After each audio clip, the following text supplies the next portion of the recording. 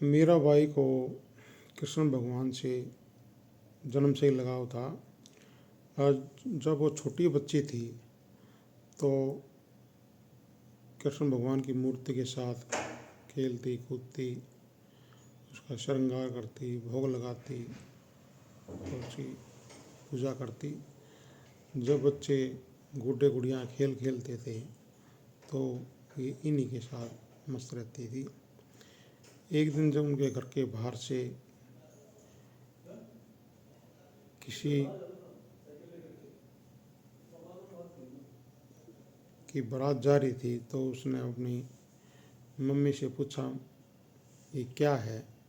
तो उसकी माता श्री ने एक मजाक के तौर पर उसको लिया और समझाया, बेटी एक दुल्हन अपने पिया के घर जाने की तैयारी कर रही है। तो इसने बड़ी गौर से विचार किया और ये डिक्लेयर कर दिया कि मेरे पिया गिरधर गोपाल। और उस दिन से उसकी एक मंजिल कन्हैया के घर जाना सर्वे सर्वया उसने अपना आराध्य घोषित किया कि मेरी रखवाला केवल कृष्ण कन्हैया है और मैं उसी को समर्पित हूँ। संसारिक लोक लाज की डर से जब ये बड़ी हुई तो इसका भोजराज के साथ विवाह कर दिया गया, परंतु वह कुछ अरसे के बाद में उसकी डेथ हो गई लड़ाई में। और फिर जो उसके देवर थे विक्रमादित्य, उन्होंने इसके ऊपर जुर्म ढाना शुरू कर दिया। उसको नहीं पसंद था कि ये साधु संतों के बीच में जा कर के भजन गाए, उनको खाना खिलाए, नाचे कूदे। उनको घर से बाहर निकलना बिल्कुल बंद कर दिया। मीराबाई ने उनकी जो कुल देवी थी उसकी पूजा अर्चना करने के लिए मना कर दिया। इसलिए राजा विक्रमादित्य और भी भड़क गए और उस पर अनेक तरह की बंदिशें लगाई। उसको किनारे लगाने की ठान ली। एक बार अमृत का प्याला लेकर के उसके पास भेजा गया ताकि इसका काम समाप्त हो जाए। ये जड़ है जो हमारे बीच में, जो कुल के ऊपर कलंक है, इसका सदा सदा के लिए समाप्त हो जाए। ये दरअसल लोग अमृत नहीं, जहर का प्याला था, परंतु मीराबाई ने अपने आराध्या का ध्यान किया और उसको एक श्वास में कटक गई। उसका कुछ नहीं हुआ, उसकी रक्षा हुई, परंतु उसको विक्रमादित्य की चाल का आइडिया लग गया था कि वो मेरे को मारना चाहता है। एक और मौका आया तब एक फूलों का हार उसको भेजा गया कि ले वे अपने कन्हैया की पूजा करता हूँ, और उसको हार पहना, जबकि उसमें हार के नीचे एक सांप को छुपाया हुआ था। और उनका यही मकसद था कि जैसे ये हार उठाएगी सांप इसको डस लेगा और ये काम तमाम हो जाएगा, हमारे रास्ते से ये हट जाएगी। तो उस टाइम भी कृष्ण भगवान ने इसको बचा लिया। तो इसका मन बड़ा खट्टा हुआ और ये समझ गई कि मेरा यहाँ रहना उचित नहीं है, ये मेरे को भक्ति में दखल देंगे और मेरे रास्ते में अनेक तरह के प्रयास करेंगे ताकि मैं गिर सकूं और मेरा मनोबल टूट सके और भक्ति मार्ग से दूर हो सकूं। एक दिन उसने रात के टाइम अंधेरे का फ़ायदा उठाते हुए राजमहल से बाहर निकल चली और द्वारकाधीश की तरफ पैदल चली ताकि अपने प्रीतम के दर्शन कर सके, अपने आराध्या को नज़दीक से देख सके। और वहाँ जो द्वारकाधीश मंदिर है उसमें पूजा अर्चना करने लगी और बड़ी प्रसन्न हुई। तो उस टाइम पर जा कर के उसने एक शब्द विचारा, आज हम उसी का उच्चारण कर रहे हैं। तुम पलक उघाड़ो दीनानाथ, हूँ हाजिर नाजिर कब की खड़ी। दीनानाथ अपने स्वामी कृष्ण भगवान को कह रही है कि ए दाता तू मेरी तरफ देख। मैं जन्म जन्म से तेरी दीवानी हूँ, तेरे को पाना चाहती हूँ, परंतु मेरे रास्ते में बहुत ज़्यादा दिक्कत आई और मेरे से रहा नहीं गया, इसलिए मैं अपना राजमहल छोड़ के तेरे चरणों में आई हूँ। तो मेरे को देख, मेरे को स्वीकार कर, मैं तेरे सामने हाजिर खड़ी हूँ। साऊ थे दुश्मन होए लागे, सब न लगूं खड़ी। जो मेरे साहू थे, जो मेरे रक्षक थे, क्योंकि इसके जो पतिदेव थे उनकी मृत्यु के बाद में परिवार में इसके देवर थे जो वही इसके रक्षक थे, परंतु वही दुश्मन बन गए, वही इसको मारने की कोशिश करने लगे।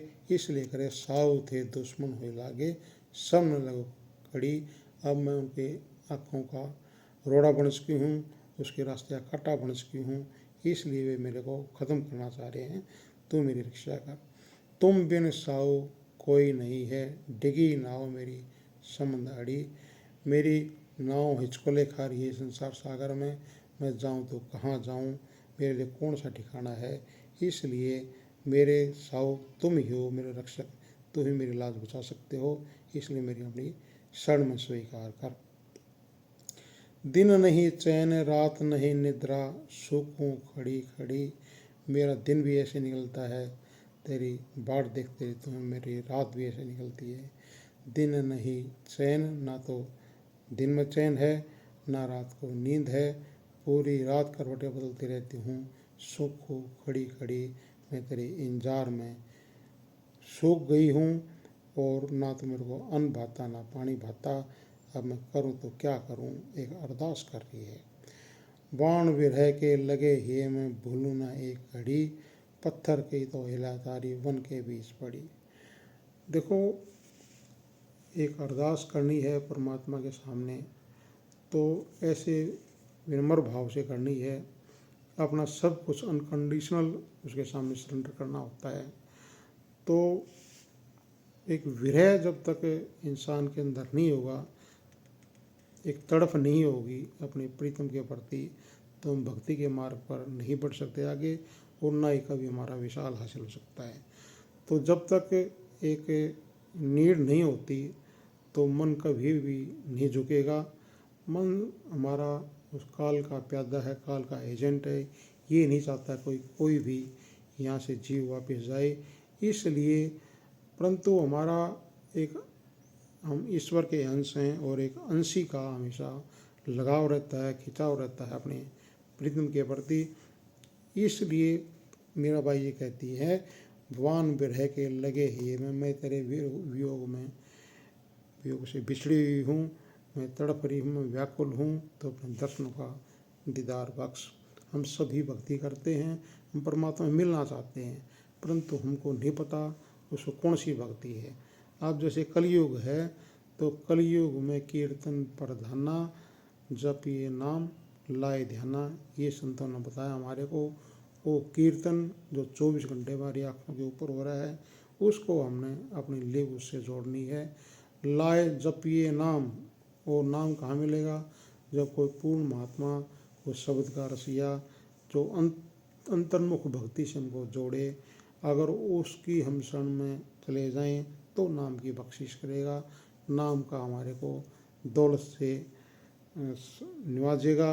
अब हम जब उसको, जो नाम है वो मंजिलों के नाम हैं, जो हमारे रास्ते में सतलोक तक पहुँचने में जो मंजिल आती हैं, उनके जो धनी हैं उनके नाम हैं।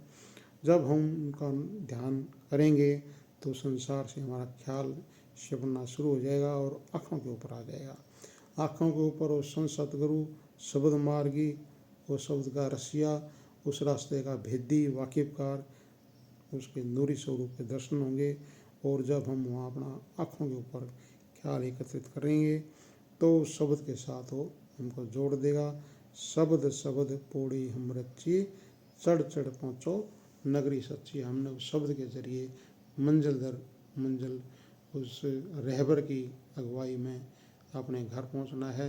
यही हमारा असल मकसद है और यही हमारा असल लक्ष्य है। तो जब तक ये हम किसी रहबर की खोज नहीं करेंगे, उस मालिक का भेद नहीं लगेगा हमारे को, वो बताएगा तुम्हारा असल घर नहीं है, तुम्हारा असल देश, असल मुकाम नहीं है। यहाँ हमको अनुभव लेने के लिए भेजा गया था कि क्या सुख होता है, क्या दुख होता है, क्या हानि लाभ होता है, ताकि हमको एहसास हो सके। कोई भी जीव अगर सुखमय रहेगा तो उसको दुख का आइडिया नहीं लगेगा। इसलिए हमको अनुभव लेने के लिए भेजा था। हमारा ये देश नहीं है, हम तो यहाँ के मुसाफिर हैं, यहाँ के यात्री हैं। जिस तरह के धर्मशाला में एक रात काट के और आगे बढ़ना होता है, हम यहाँ मुसाफिर हैं और हम जो अपना बनाने की कोशिश करते हैं। आज तक ना तक किसी का ये साजो सामान परमानेंट बना है और ना ही कोई भी यहाँ से ले जा सके है। जीव खाली आ जाता है और खाली आ जाता है, परंतु हम 24 घंटे यहाँ इकट्ठा करने में लगे हुए हैं और इस जन्म को व्यर्थ करके चले जाते हैं। जबकि इंसान को बढ़िया ही दी है कि वह मालिक के साथ लिप जोड़े और अपना आवागमन सदा के लिए ख़त्म करे। अब ये अहिल्या का जिक्र कर रही है। पत्थर की तो अहिल्या तारी वन के बीच पड़ी। अहिल्या के बारे में अगर हम विचार करके देखें तो ये गौतम ऋषि की पत्नी थी। उसने श्राप दिया था। जब ये इंद्र के संग देखी गई तो गौतम ऋषि ने इसको श्राप दिया और पत्थर का बना दिया। और त्रेता युग में जब भगवान राम जंगल में गए तो इसके चरण स्पर्श से इसका उद्धार किया। तो उसके लिए परमात्मा ने कोई बड़ी चीज़ नहीं है, वो एग्जाम्पल दे रही है। जब ऐसे पत्थर का उद्धार कर दिया तो मेरे को भी पार लगाओ। इसलिए कह रही हैं पत्थर की तो अहिल्या तारी वन के बीच पड़ी। तो सदा सदा के लिए पत्थर बना दिया था और जंगल में पड़ी थी। है दाता, तेरी उसके ऊपर मौज हुई, तेरी नज़र पड़ी और तेरी नज़रों का कमाल है कि वो उसको जीवन दान मिला। तो मेरे ऊपर भी ऐसी रहमो करम कर। कहा बोझ मीरा में कहिए 100 ऊपर एक धड़ी, गुरु रैदास मिले मोहे पूरे दूर से कलम भिड़ी। देखो, हम भगवान की पूजा अर्चना करते हैं परंतु उनको नहीं मिला। वो परमात्मा हमारे अंदर है, शरीर के अंदर है। हरि मंदिर ये शरीर है, ज्ञान रतन प्रकट होए। अगर हम भगवान से मिलना चाहते हैं, उसे विचार करना चाहते हैं तो गुरु ज्ञान अंजन सच नेत्री पाया। किसी पूर्ण महात्मा, किसी गुरु, किसी संत महात्मा के पास जाना है, वो नाम का भेद देगा। वो गुरु अंजन, अंजन हमारा नेत्री पाया। उस सूरमा उसका हम शमन करेंगे, उसका भजन करेंगे तो हमारे अंधकार दूर हो जाएगा। गुरु नेत्री पाया। नेत्री का मतलब उसको हम सूरमे को जब नेत्र में से डालते हैं तो हमारी रोशनी बढ़ जाती है। इसी तरह हम उसका जाप करेंगे गुरु मंत्र का तो हमारे अंधकार जो भ्रम है उनका नाश हो जाएगा और वो ज्ञान प्रकट हो जाएगा। सच नेत्री पाया, गुरु ज्ञान जन लेकर के हम उसकी तरफ भक्ति कर सकते हैं। अज्ञान अंधेर गवाया। अंधेरा जो है ज्ञान का है तो हमको नहीं पता चलता हमारे साथ क्या होने वाला है और ये हम ऐसे अंधेरे में वो दिखा रहे हैं। ये दरअसल हम रोशनी करते हैं तो सब कुछ दिखाई देता है, बाकी हमको डर लगता है कि क्या होने वाला है। एक रस्सी को हम सांप समझ लेते हैं, वो भ्रम हमारा। जब तक हमारे अंदर ये डर नहीं जाएगा तब तक ये अंधेरा दूर नहीं होता। और ये तभी दूर होगा जब हम किसी पूर्ण रहबर की खोज करेंगे, तो इस संगत में जाएंगे, हमारे भ्रमों गुलिखों का सब अंधेरा दूर हो जाएगा। तो इसलिए कह रहे हैं गुरु रैदास मिले मोहे पूरे। ये परमात्मा अंदर है परंतु इसने हमारी आत्मा भी अंदर है, हमारे परमात्मा भी अंदर है, परंतु हमारे अंदर होमे का जो रुकावट, होमे की दीवार बनी हुई है। इस रूह ने, इस आत्मा ने जो भी यहाँ एकत्रित किया उसमें अपनी मोहर लगानी चाहिए, अपनी हस्ती अलग से कायम करनी चाहिए। ये मेरे प्रयास ये हुआ है, मेरे बच्चे हैं, मेरा मकान है, मेरी गाड़ी है, पूरे दिन हम मैं करते रहते हैं जबकि उस परमात्मा का शपथ दिया हुआ है सब कुछ अपना एक राम पर आया। या हमने जितना भी सामान इकट्ठा किया अपनी मोहर लगा दी। बल्कि कुछ भी ऐसा नहीं है जो पांच तत्वों के बगैर बनाया हो। वो मालिक की मौज में आकर के मालिक ने सब कुछ दिया है जीव कल्याण के लिए, और उसके बगैर यहाँ कुछ भी नहीं है। वो शब्द के जरिए पूरी सृष्टि की, पूरी कायनात की संभाल करता है, और हमारे अंदर भी आँखों के ऊपर वो 24 घंटे धुन गूंज रही है, उसमें आवाज़ भी, उसके अंदर प्रकाश भी है। और हमने हमारे घर दर है वो, अगर हमारा ख्याल ऊपर चला जाएगा तो वही उसका दरवाज़ा है जहाँ वो अंदर बैठा है।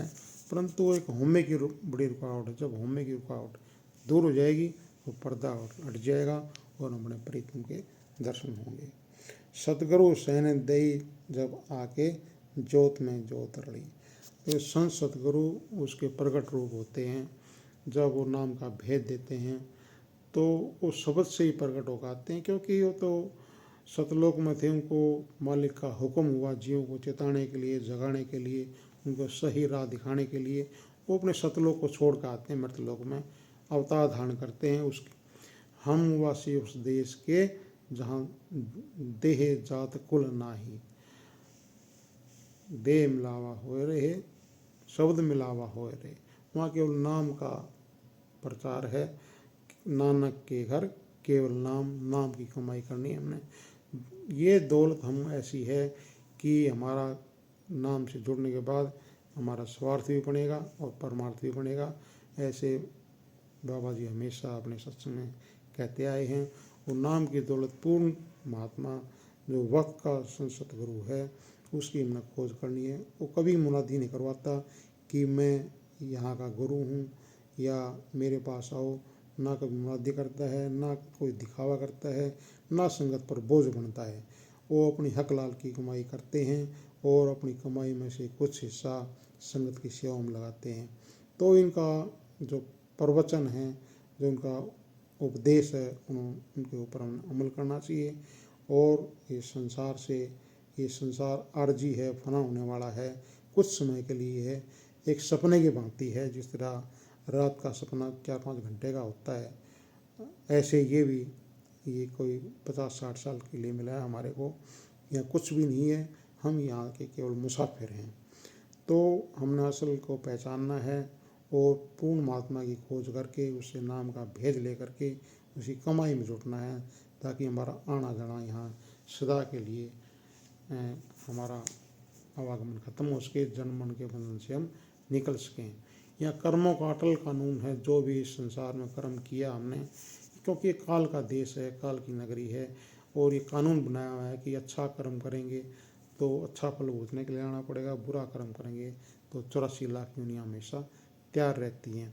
और ये नहीं है कि हम अच्छा कर्म कर दिया तो बुरे कर्मों का खात्मा हो जाएगा, ऐसा नहीं है। अगर किसी पूर्ण महात्मा की संगत में गए, उसके नाम की हमने कमाई करी, जो कर्मों का भंडार है हमारा, संचित जो कर्म होते हैं, उसका एक, जिसका एक स्टोर में घास भरी हुई है और एक चिंगारी उसमें रख दें तो सारी घास गल के स्वाह हो जाती है। इसी प्रकार हम जब नाम से जुड़ जाते हैं तो कितने भी भेड़े खोटे कर्म क्यों ना हो, सबका खात्मा हो जाता है। और जो क्रियामान कर्म वे हमारे बनते नहीं, क्योंकि हम उसके भाड़े में आ जाते हैं। जैसे सब संत सदगुरु को अच्छा लगता है, उसके उपदेश के अनुसार हम अपना जीवन बिताते हैं, तो नए कर्म हमारे नहीं बनते। और प्रारब्ध जो कर्म होते हैं उनका महात्मा सूढ़ी का सूढ़ करवा करके भुगतवा लेते हैं। एक जीव हंसते खेलते उसको पता ही नहीं चलता कब आपदा आई और कब उसका निवारण हो गया। इसलिए हम उसकी जीवनी अपने संत सतगुरु के मुताबिक ढालेंगे तो हमारा यहाँ से आना जाना सदा के लिए मुक्त हो जाएगा, और दोबारा उस शब्द से जोड़ते हुए उस मालिक धूर्धाम पहुँचा दे हमारे को। ताओ हम अपने असल को पहचानें और अपने लक्ष्य की तरफ बढ़ें, ताकि हमारा मनुष्य जन्म सफल हो सके।